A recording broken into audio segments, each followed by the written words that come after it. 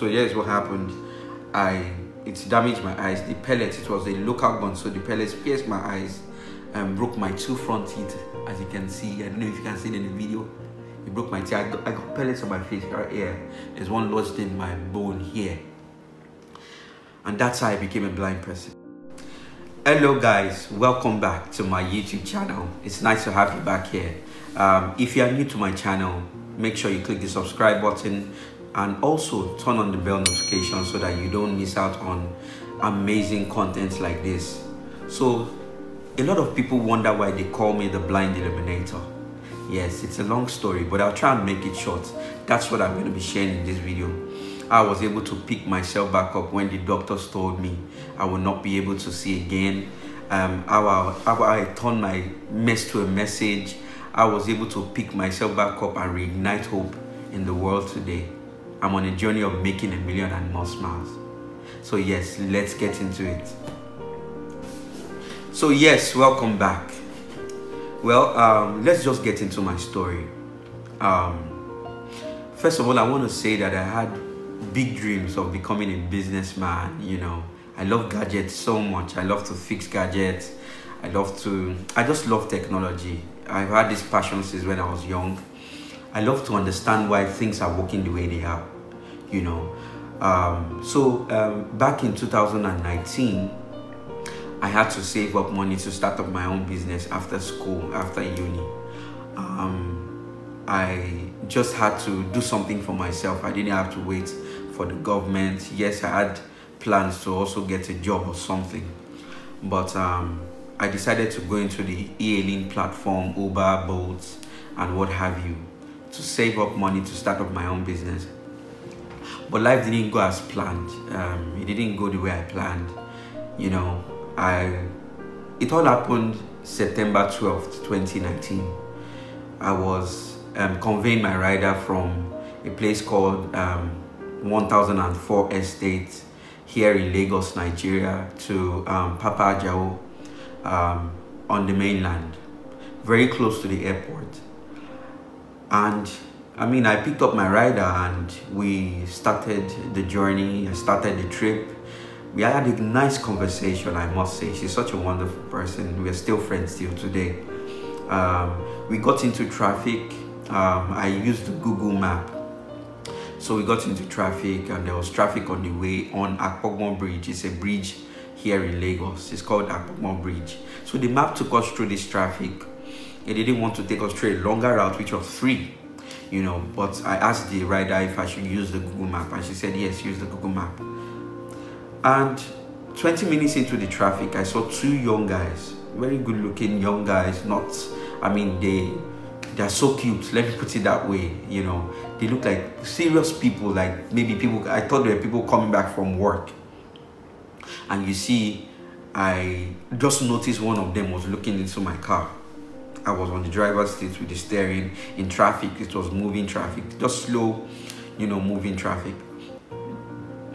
So I noticed this guy was looking into the car, and I mean, he was looking at my phone. I just noticed he was looking into the car, trying to see what we have in the car. And that was where I became suspicious. He passed the car with his accomplice. And at this point, I was panicking. And I looked at my side mirror and I noticed that they stopped just directly behind my car. And at this point, I started to panic. And it was like, what are these guys going to do? What are these guys up to? You know, I just felt unsure about that situation. Like something was going to happen. I just sensed it. So they came back. The next thing, they started hitting the door of the car. And the other one picked out a gun. I mean, he just, before he even came back, I saw him putting his hand in his pocket like he wanted to bring something. So that's why I was scared, you know. And he pointed the gun at me and he was hitting the glass and was saying, wind down your phone, wind down your phone. And that was where he hit me. I started panicking. To cut the long story short, I want to try and make this short. There's a lot to the story. I mean, you can ask in the comment section below. I just said, let me just give this young man the phone. Before he came back, I already removed the phone from the dashboard and I put the phone behind me, just close to the gear. And that's how I mean, I took my vision away from, my vision was away from him, but he was still pointing a gun at me, trying to hit the glass and scare me with the gun. I never knew this guy had already aimed at my face. I reached out to my phone. So I mean, this was exactly how I was in the car. I picked my phone, I tried to pick my phone, and I got my phone. I just picked up my phone and I looked towards this young man, and the next thing was a gunshot. You know, that's how I became blind. I was unconscious for a while. You know, I didn't know what was going on for seconds. My rider was trying to revive me, and the next thing I woke up and I was like, I asked my rider, "Are you fine? Hope you're fine." You know, and she was like, "Oh my God, you're screaming, they just shot you." I mean, eventually I started feeling pain. So here's what happened. It damaged my eyes. The pellets, it was a local gun, so the pellets pierced my eyes and broke my 2 front teeth, as you can see. I don't know if you can see it in the video. It broke my teeth. I got pellets on my face right here. There's one lodged in my bone here. And that's how I became a blind person. You know. What a journey. To cut the long story short, I told the rider to go get help. She ran down the car. We cried out for help. Nobody answered. She ran down the bridge. She got the attention of another Uber driver, and she got into the car. And that was how she was able to get the attention of 2 policemen down the bridge and directed them towards me. At this point, I was left alone for like 30 minutes thereabouts, and I was waving for help in traffic. Nobody stopped. I kept on hearing cars pass by. I was bleeding. I crawled out of the car initially. I was bleeding out, trying to get help. You know, there was blood everywhere, and I was trying to get help. I was waving, you know, I was crying out, "Help!" You know, and nobody answered. So I just laid back there. I thought this was how I was going to die. You know, so I laid back down and I just thought that, okay, this is it. And I started to ask God for forgiveness. I said, "God, have mercy on me. Tell my loved ones I love them. Tell my girlfriend I love her. You know, tell everyone I love, let them know that I love them. You know, find a way to tell them." That's what I just had a conversation with God.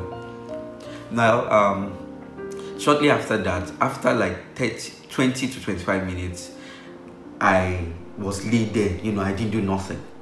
I just laid down there, and I heard the voice of 2 policemen. So eventually those policemen located my car. My hazard was on so that it was easy for them to locate me. My car was just parked there with the door open, and they saw me. I was like, "Oh my God, look at what they did to this young man. Oh my God, I'm sure it's those street robbers." You know, it's almost like the policemen know what was happening, and they had reports of such cases. To cut the long story short, they picked me up, put me inside my own car. The other one took the steering away, started moving to the hospital for when the traffic for like an hour or 2. I remember when the policeman was trying to make sure I don't pass out, and he asked me for my name. I said my name is Tommy, and it just kept on moving me. Tommy. Anytime I tried, I mean, it looked like I was gonna pass out. It would revive me, try to make sure I'm awake. I mean, that policeman did a wonderful job. To cut the long story short, we got to the hospital, and the first thing the doctor said, "How come this young man is still alive?" I could hear, but by the time I got to the hospital, I couldn't move my body. I was already weak. My hands were cold. I lost a lot of blood. I just noticed they gave me an injection. It was at military hospital at Yaba, and they treated me so well. And you know, that was where they did an X-ray. They realized that I have like 20 something pellets lodged in my head. 20 to 30, I can't remember now, but it's a lot, like little fillings, iron fillings, you know. And when I heard that, I was like, "Oh my God, maybe I'm just going to die after this." I never knew I was even going to survive till the next day, you know. So as I speak with you guys, I have pellets in my head, multiple pellets in my head, apart from the ones that I show you on my face and the one lodged here, you know. So it's a lot. I'm just trying to shorten the story. Fast forward, we got to the LASU, that's Lagos State University Teaching Hospital. The next day, we were referred to Lagos State University Teaching Hospital, and we got there the next day. The doctors were coming to check me. Actually, I thought they would do something. I was here again. My fingers were crossed, and I was scared. What if I don't see again? You know, I was blind since that night. I couldn't see anything, and I was scared. What if the doctors don't do nothing? Or what if they are not able to, you know, also I was scared of the system, you know, the health sector. And I just couldn't take doctors coming to check me, and they kept on saying like this kind of sigh that, you know, they check me and they point torchlights in my eyes, and they told me, can you see any light? And I'm like, no, I can't see nothing. You know, so they just kept on doing that. And I remember telling one of the doctors, tell me what's going on. And the doctor told me, I'm afraid you will not be able to see again. Wow. After 27 years of my life of being a sighted person, I'm trying not to get emotional. You know, it's hard. I must say, it's so hard. I immediately asked the doctor, so why am I still alive? And he started telling me, no, don't say that. You're going to be fine. There are a lot of people doing amazing stuff. Stevie Wonder, Ray Charles, Kobam Sasuko, you know, but I just couldn't even listen at that point. Immediately, I fell into depression. I couldn't even respond when people talked to me. I felt lost. I felt like a failure. I felt like it was the end of my life. I cried several nights. But why people find my story so inspiring is that, you see, a lot happened in between, but I'm just trying to shorten the story because of time. A lot happened in between. I cried several nights. People came to encourage me. I felt like I couldn't do nothing with my life no more. I asked myself, how do I get to see my loved ones? How do I get to do all those things I plan to do? My dreams, my aspiration to be a successful businessman, to be a philanthropist. I love to help people. How do I do that now? Now I have to rely on people to feed. That was what I thought. But you see what, guys? You know what? Rather, what doesn't kill you makes you stronger. After 7 days, I remember being a Christian, I looked at myself and I said, God, I know you can do miracles, but while I'm blind, make it worthwhile. I didn't want to cause more pain for my loved ones by taking my own life, because at some point I was thinking suicide. I felt like it was no use for me to be alive. But if you see me now, guys, I have every reason to be alive, because now my story is a source of hope to many people. So this is what happened. After 7 days, you know, I knelt down and I prayed to God, and I said, God, like I said, God, please just make this worthwhile. Maybe you just allow this to happen for a reason. And you see, we go through challenges sometimes to bring out the best in us. I couldn't control the finger that pulled the trigger. I couldn't control the storm. But here's what I did. I learned how to dance in the rain. It's not about what happens to us, but it's about how we respond to it. And here is how I responded. I accepted my new identity as a blind person. I accepted it. In a matter of 7 days, I chose happiness against all odds, even when it was hard. I had bandage on my eyes. I would sit up, I would sing songs like Happy by Pharrell Williams. Clap along and if you feel like a room without a roof. And I would dance and I would sing. The nurses were singing along with me. And some people thought I was crazy. But this was me against all odds, just choosing happiness, choosing to be happy. Everything was already negative. What was the use? And I'm alive. I just had to pick myself back up. Not just for myself, but for my loved ones. And eventually, I never knew I was going to become the blind illuminator. To cut the long story short, I looked at myself and I realized that my story could be a source of hope to people. And I started to ask myself, how can I go out there and share my story? You know, I started doing amazing stuff. I started to learn how to use my phone. People were surprised that I was able to do it in a short period of time. You know, people were just shocked at how come Tommy is doing all of these amazing things. It's just 7 days. It's just a month. And Tommy is already doing amazing stuff. I started to use my phone by myself, even when I've not learned how to use my voiceover. I was using Google. Hey Google, call mom. Hey Google, call Tolu. Call my brother and stuff. I was listening to music by myself. All I need to do was ask Google. It takes a deliberate action, a deliberate effort to just choose happiness, even when it's hard. This was my pursuit for joy, my pursuit for happiness. So here is what happened. I became the blind illuminator. I started to share my story. Eventually, I started to share my story it was at the peak of COVID.